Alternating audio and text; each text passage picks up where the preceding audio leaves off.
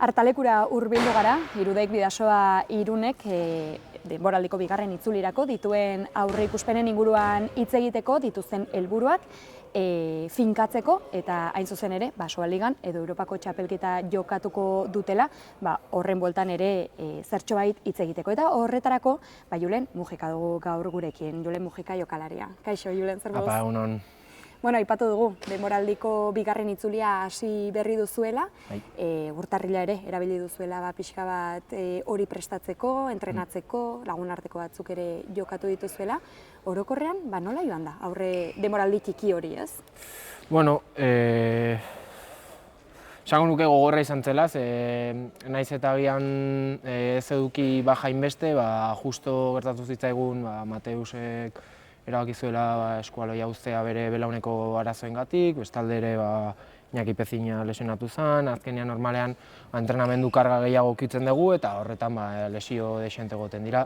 Baina, bueno, kontsideratzen dut prestaketa ona egin genula, batez ere hobetzeko puntuak lortu genitulako, eta gero bestalde denboraldiko lehen bi partiduak bai izan diala, esango nuke ez nahiko kaskarra, baina hori baliagarria izan daitekela, denboraldiko helburuak argi eukitzeko argi ere ze alorretan hobetu behar dugun, eta hori izango da gure helburu nagusiena taldearen aldetik hori da.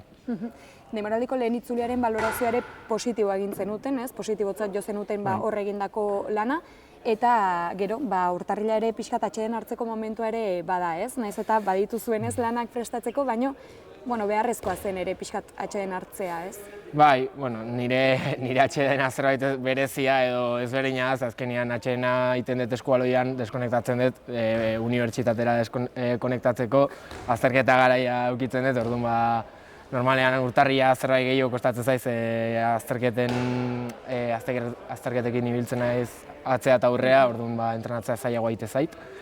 Baina, hori baita ere ondo etorri zitzaidan eduki genitula pare bat aste, baita ere saiatu nintzen gestionatzen deskantsu bat edukitzeko eskualoiaz, eta baliagarria izan zen. Azkenean, denboraldi batek karga fisiko zein mental gogorra daka, batez ere orain Europakin gabiltzala bidai dexente, horrek azkenean mina edo min mentala egin dezake, ondo etorri zidan bi aste horiek bai.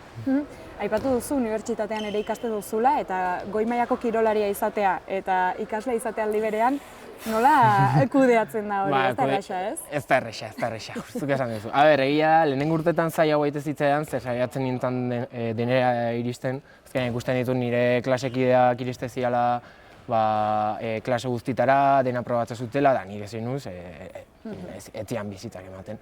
Orduan, goatzen ez bigarren mailaldea inula txipaldaketa bat, esan asignatura gutxi hartuko ditut, patxadaz hartuko ditut, eta saiatuko naiz nire kabuz lana egiten. Azkenean, nolabait kontrarestatu behar nun, klasea jute ez horrek, eragite zidan arazoa edo kalte hori. Orduan, nire kabuz arratsaldetan saiatzen nintzen ikasten eta orain azken urtean nago, praktikak eta TFG geratzen zait, hasi que ondo, orain azken urtean zerbait hobeto eraman dut. Ederki. Aipatugu urtarrileko hilabete hori, pixkat prestakuntzarako dela, gehien bat orokorrean, pixkat denboraldiko bigarren itzulia prestatzeko. Horre ere lagunarteko batzuk jokatu zenituzten, ze egia da atxedena behar dela, baina batzutan lehiaketa martxa hori ere galtzen dela, eta pixkat hori berreskuratzeko ere izaten dira, lagunarteko horiek. Bai, lagunartekoa gaina baliagarriak izan zian, nahiz eta pare bat izan Euskal Kopakoak, azkenean maila gutxiko aurkarien aurka. Hala ere ondo etorri zitzaizkigun, ulertu genuen ez baldin badugu gure ehuneko ehuna ematen partiduro, edozeinek irabazi alga ditu. Azkenean Zarautzen aurka ozta ibili ginen, eta horrek argi uzten digu, denek ehuneko ehuna eman behar degula egunero, partidu horiek irabazteko, eta bestalde Asobal Ligako taldeen aurkako partidu horiek baita ere baliagarriak izan zian, adibidez goatzen ez hemen Valladoliden aurkakoa nahiko ona izan zela, bigarren zatia Arandaren aurkakoa ere baliagarria. Orduan, azkenean egia test moduko batzu diela, baina test horiek baliagarriak izan zian, esate zutena, hobetzeko alorrak ikusi genituen eta jarraitzen ditugu ikusten, orduan hori landu beharko da, ez? Hor ere, nazioarteko hitzorduek eta eragiten dute, ez? Atsedenaldi hori ere pixka bat, eta zuen taldean ere, jokalari batzuk kanpoan eduki dituzue, baina horiek Rugbyko jokalariekin ere konpentsatu dituzue nolabait, ez? Eta hori ere positibotzat jo duzue, ez? Edo bederen balorazio ona egin duzue alde horretatik. Bai, ze azkenean hemen egia egunero daudela hemen entrenatzen edo aldutenean, ze azkenean behaiek ez dira profesionalak eta zute egunero entrenatu behar gurekin, baina izugarrizko laguntza ematen digute, Alex hemen egoten da egunero eta orain saria dauka lehenengo taldearekin jokatzeko ze maila badauka.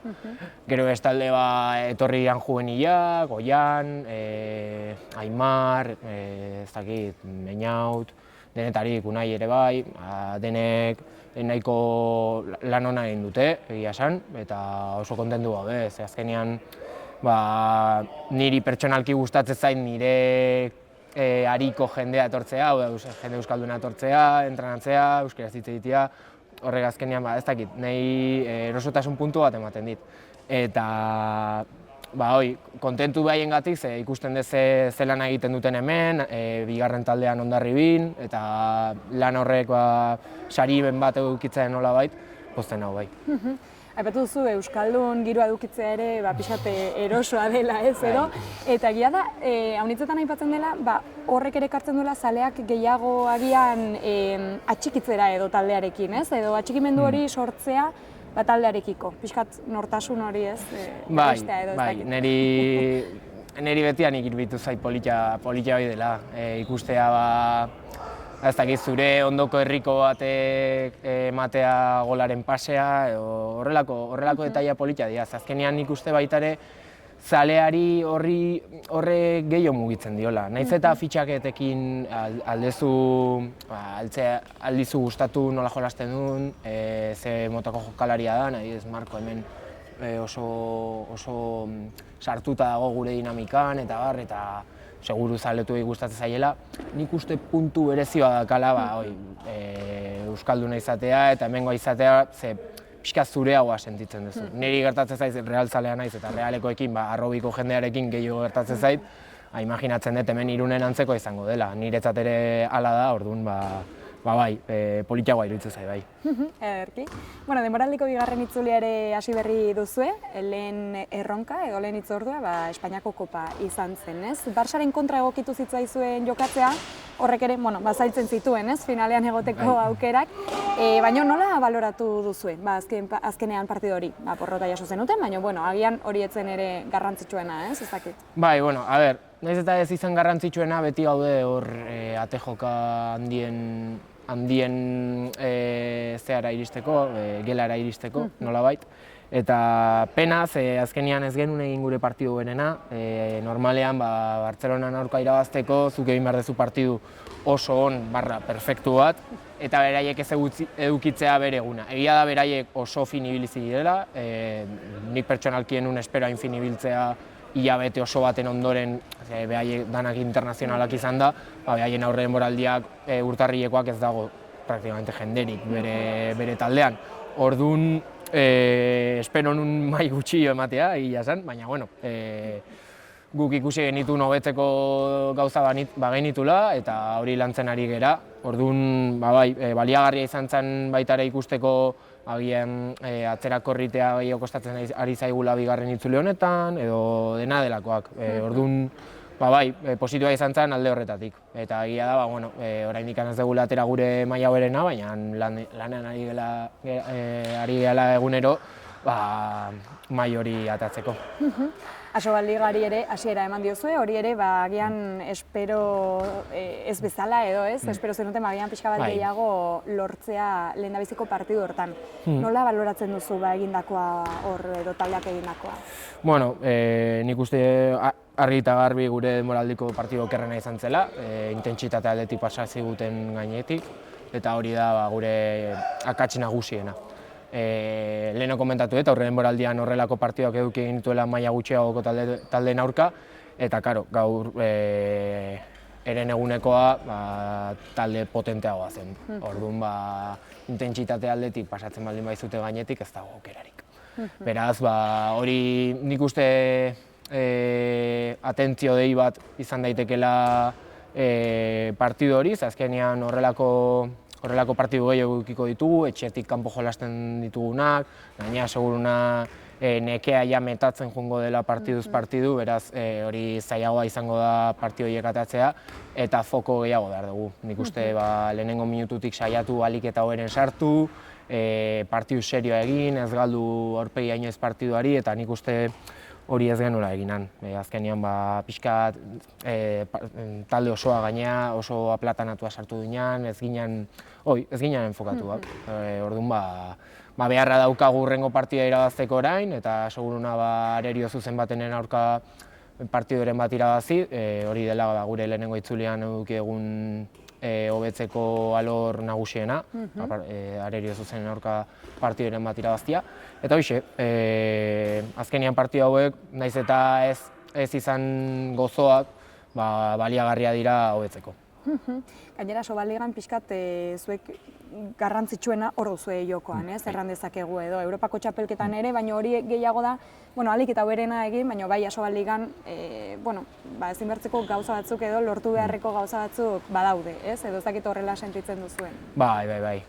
Sobaliga guretzat, guri Europako gauak disfrutatzeko aukera ematen diguna da. Nik beti esaten dut, oso politia da hemen Kilen aurka, Montpellierren aurka edo dena delakoen aurka biltzea, baina hori lortzeko Asobalen eman behar dezu maila. Hori da gakoa, nik uste. Orduan, horrelako partidua garrantzitsua dira, ze gainea lehenengo itzuli osoan zehar ez genitun horrelako partiduri galdu, komilien artean beko taldeen aurka ez genitun partiduri galdu, eta hori izan zen oso positiboa.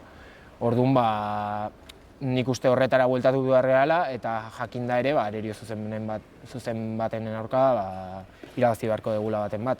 Baina, hori, liga oso garrantzitsua da, niretzat lehenengo txapelketa da, nagusiena. Egia da, Europan gainera urten eduki ditugun Arerioak ikusita politia dela beraien aurka jolastea, Kilen aurka, beti ilusio ekstra bat egiten dizu, baina ilusio ekstra hori lortu behar dezu, hori, Caserio baten aurka irabaziz, Kangas baten aurka irabaziz, eta barreta. Europako txapelketa ere aipatu dugu, hori ere hasiko da 6-dan, eta hortan ere arituko zarete denboraldiko bigarren itzuli honetan, aurkari nahiko gogorren kontra, ez? Nola espero duzu izatea bigarren itzuli honetako kontuak edo Europari dagokionez? Azkenean aurrekontu aldetik, plantilla aldetik, jokalari aldetik, infrastruktura aldetik, behaiek 3-4-5 maila gorago daude. Baina, gure helburua beti da talde hauen aurka saiatu partidu ahalik eta inkomodoena, hoberena egiten, ze azkenean nahiz eta behaiek oso onak izan, Bartzelona bezala, mortala dira, ez dira garaitezinak. Aurrek urtean adibidez Bartzelonak pare bat partidu galdu zituen Asobalen. Eta orduan hori da gure helburua. Saiatu horietako baten bat irabazten, eta lehenengoa Montpellierren aurka. Montpellierrera jun, konbikzio osoz, pentsatuz irabazteko aukera badazkagula, gutxi diala, baina badazkagu. Eta horiek baliatu behar ditugula.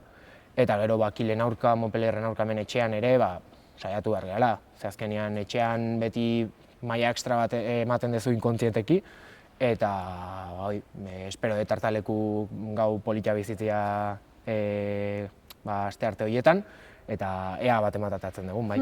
Ederki, ja elkarrizketa bukatzeko eta pixkat borobiltzeko ere, helburuak azpimarratu ditugu, ez? Asobaligan Arerio zuzenen kontra jokatzea, Europako txapelketan ere ahalik eta maila hoberena ematea, eta hori ere zaleekin egin duzue etxeko partiduetan, ez? Pixkat hori da, lortu nahi dituzuen helburu horiek, edo ezakit finkatu duzuen, bai taldearen aldetik, edo bai individualki ere pixkat lortu nahi duzun azuk ere bigarren itzuli honetan. Bitu, individualki nire ametsa beti izan da txapeldunen liga jokatzea, eta aurten formatu aldaketa batengatik seguruenik, ez dakigu oraindik, baina agian bigarren postuak txapeldunen ligarako bileta ematen digu. Beraz, ba, hori niretzat oso handia da, ez dakit, hemen jokatzea, ez dakit, PSG baten aurka, ba, niretzat hori izugarria izango zen. Orduan, ba, helburu pertsonal bezala, eta nik uste baita ere kolektiboa dela, ba, bigarren postu hori lortzea, hori da gure helburu nagusiena. Orduan, Asobal Ligan, egia, ba, lehenengo pausaz dela izan oso ona, baina, bueno, hurrengoak izan behar dira, ahalik eta hoberenak. Hau da, saiatu, ahalik eta puntu gehien atera, arerio zuzenei partiduak oso zailak egin, eta ez dakit, beti pentsatzen dutela helburu honetan, pentsatzen ze urruti iritsi gehan, hain naizela pentsatzen, partidu hauek irazten baitugu, txapeldunen ligara iritsi gaitezke. Nahi ilusio handi daitit. Orduan hori da nire helburu pertsonal nagusiena bai. Ederki, Julen, mila esker gurekin izateagatik, hau dena kontatzeagatik, eta noski, zorte ona opa dizuegu, individualki noski, eta taldean ere, ea zer gertatzen den. Mila esker zuei.